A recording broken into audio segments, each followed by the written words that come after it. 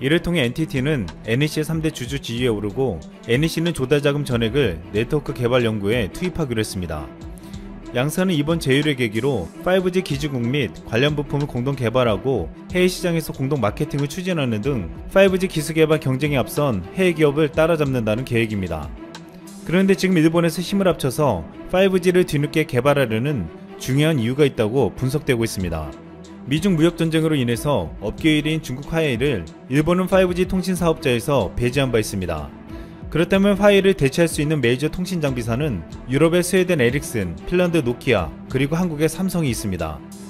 사하다 준 NTT 최고 경영자는 화웨이 현 상황이 일본에는 글로벌 시장 점유율을 올릴 수 있는 기회라면서 NTT는 앞으로 2030년까지 미국의 AT&T와 같은 유럽 통신사의 5G망을 수주해 글로벌 점유율을 20%까지 끌어올리겠다고 했습니다. 그런데 여기서 주목해봐야 할 것은 지난해 삼성전자가 NTT에 이은 일본 2위 통신사 KDDI와 5G 통신 장비 계약을 한 것입니다.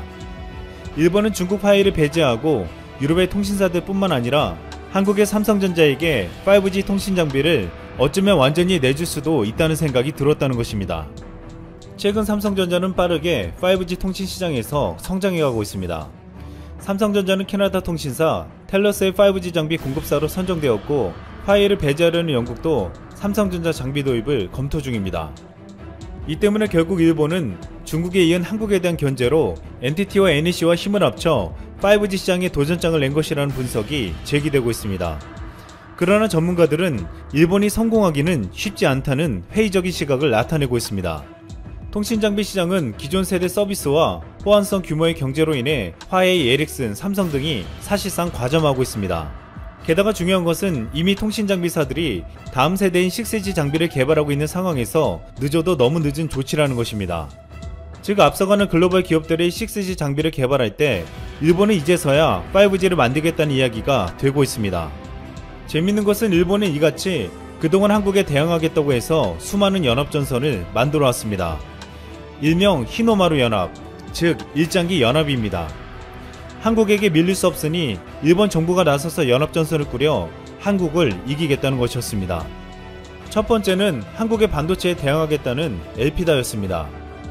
일본은 1999년 NEC 히타치 제작소에 D램 사업을 통합해 엘피다 메모리를 세웠습니다. 2003년에는 미쓰비시 전기에 D램 사업까지 흡수해 덩치를 키웠습니다. 일본은 전력을 다해 1980년대 반도체 산업에 영광을 재현하려 했지만 한국 기업에 밀리면서 2009년 일본 정부는 공적자금 300억엔까지 투입하며 지원했으나 결국 에피다는 2012년 파산했습니다. 에피다가 파산한 2012년 일본은 또다시 한국의 디스플레이 타도를 외치며 소니, 도시바, 히타치의 LCD 사업부를 통합해 재팬 디스플레이를 만들었습니다. 수천억엔을 투자하며 한국을 따라잡으려 했지만 한국 기업과의 경쟁에 밀리며 경영난에 시달리더니 올해 주력 공장을 매각하기 이르렀습니다. 일본은 반도체와 디스플레이에 이어 정부 주도로 소액 여객기 국산화 사업도 2008년에 시작한 바 있었습니다. 정부가 개발비의 3분의 1인 500억엔을 대고 미쓰비시 중공업이 자회사 미쓰비시 항공기를 설립해 사업을 주도했습니다. 주요 출자자는 미쓰비시 중공업, 도요타 자동차, 스미모토 상사, 미쓰이물산, 일본 정책투자은행 등으로 야심찬 프로젝트였습니다. 그러나 사업은 뜻대로 되지 않았습니다. 당초 2013년 납품할 예정이었지만 5차례나 연기 끝에 올해로 미뤄졌고 다시 지난 2월 2022년까지 연기한다는 6번째 발표가 나오며 절망적인 상황이 되고 있습니다. 정부 주도로 뒤처지는 산업을 되살리겠다는 일장기 연합이 처참하게 패배하는 사이 한국의 기업들은 더욱 성장하며 전세계 시장의 영역을 더욱 확장시켜 나갔습니다. 일본과 달리 한국에서는 정부가 아닌 기업이 주도해서 연합하며 세계적인 경쟁력을 만들어가고 있습니다. 삼성전자는 최근 국내 반도체 산업 전 분야가 높은 수준의 경쟁력을 갖추는 K칩 시대를 열겠다며 지난 4월 2, 3차 부품 협력사와 양해각서를 체결하고 설비 부품 공동 개발에 착수했습니다. 삼성전자는 이미 솔브레인과 함께 3D 낸드 플래시 시각 공정의 핵심 소재인 고선택비 인산을 세계 최초로 개발했습니다. 이오 테크닉스는 수입에 의존하던 고성능 레이저 설비를 삼성전자와 공동 개발했고 이를 통해 D램 불량 문제를 개선했습니다. 또한 현대자동차는 세계 최고로 꼽히는 국내 전기차 배터리 기업들과 손을 잡고 K배터리 동맹을 만들려고 하고 있습니다. 현대차 정의선 부회장은 최근 삼성 이재용 부회장과 구강모 LG 회장을 만나 앞으로 전기차 분야 협력을 약속했습니다. 지난해 11월 전기차 배터리를 만드는 LG화학, 삼성 SDI, SK이노베이션 등은 함께 1000억 규모의 차세대 배터리 펀드 결성과 공동 연구개발 협력 양해각서를 체결한 바 있었습니다. 이처럼 세계적인 경쟁력을 만들어냈던 한국의 기업들은 이제 서로 힘을 합쳐 세계 시장을 선도해 나갈 준비를 하고 있습니다. 일본은 지난해 한국 수출의 핵심인 반도체 분야에 대해서 수출 규제를 해왔습니다. 한국 대법원 판결 때문이라는 게 주된 이유를 꼽혔지만 과거 일본 정부가 주도해 따라잡으려고 해도 잡지 못한 한국 반도체에 대한 견제라는 시각이 많았습니다. 하지만 이후 한국 기업들은 손을 잡고 정부의 전폭적인 지원을 받아 국산화 다변화에 성공하며 미래를 준비해가고 있습니다. 또한 지난 25일 삼성전자는 울산과학 기술원과 손을 잡고 속도를 더 빠르게 해줄 수 있는 새로운 반도체 신소재를 개발했습니다. 이 소재의 이름은 초저유전율 전련체로 소자를 소용할 수 있는 핵심이 되어 메모리 등 반도체 칩의 작동 속도를 더 빠르게 만들 수 있을 것으로 기대되고 있습니다. 개발에 성공한 신현석 울산과학기술원 교수는 이 물질이 상용화된다면 중국의 반도체 굴기와 일본의 수출 규제 등 반도체 산업에 닥친 위기를 이겨내는데 큰 도움이 될 것이라면서 반도체 초격차 전략을 이어갈 수 있는 핵심 소재 기술이라고 강조했습니다. 일본은 그동안 일장기 연합과 지난해 경제보복으로 앞서가는 한국의 발목을 잡으려고 안간힘을 썼지만 막을 수 없었습니다. 한국은 지금 일장기 연합 앞에 진정한 연합이 무엇인지 보여주고 있습니다. 일본은 C19와 관련해 전 세계와 다르게 움직이고 있다는 사실은 정말 충격적인 뉴스로 해외 언론에서 최근 많이 지적하고 있습니다. 오늘 영국 BBC에서 소개한 미국 여성의 증언은 충격적인 사실입니다. 유엔까지 나서는 한국과 일본은 날이 갈수록 극단적인 비교 대상이 되고 급기야 전 세계의 애물단지로 일본을 지목하고 있는 상황입니다. 오늘자 BBC 보도는 일본의 월등히 낮은 테스트 속도 등의 C19 대책에 대해 의문이 제기된다 라는 제목으로 일본이 이상하다고 지적했습니다. 도쿄 인구가 930만 명인데 2월 이후로 1981명이 C19 테스트를 받았고 그 중에 4천여 명이 최종 판정을 받았습니다. 일본은 이렇게 테스트 수치가 너무 적고 40%라는 놀라운 신규 최종 판정자 비율은 너무 높기 때문에 많이 이상하다는 것입니다. 정부와 의사의 공식 지침에 폐렴으로 심각하게 아픈 경우에만 테스트를 하고 있다는 것인데 말도 안 된다는 거죠. 그러면서 조르단 헬이라는 미국인이 겪었던 에피소드를 소개했습니다. 조르단의 친구가 일본어를 못하는데 4월 10일부터 열과 기침이 심했지만 일본의 지침에 따라서 4일 동안 버티다가 15일에 병원에 가서 흉부 엑스레이를 찍고 의사와 상담을 했습니다. 의사는 C19가 의심되지만 아직 악화된 상황은 아니니까 집에서 스스로 격리시키라고 했다는 것입니다. 16일 친구에게서 긴급 전화가 왔는데 말을 못할 정도로 악화되었고 호흡이 거칠어져 말을 할 수가 없을 정도였다고 했습니다.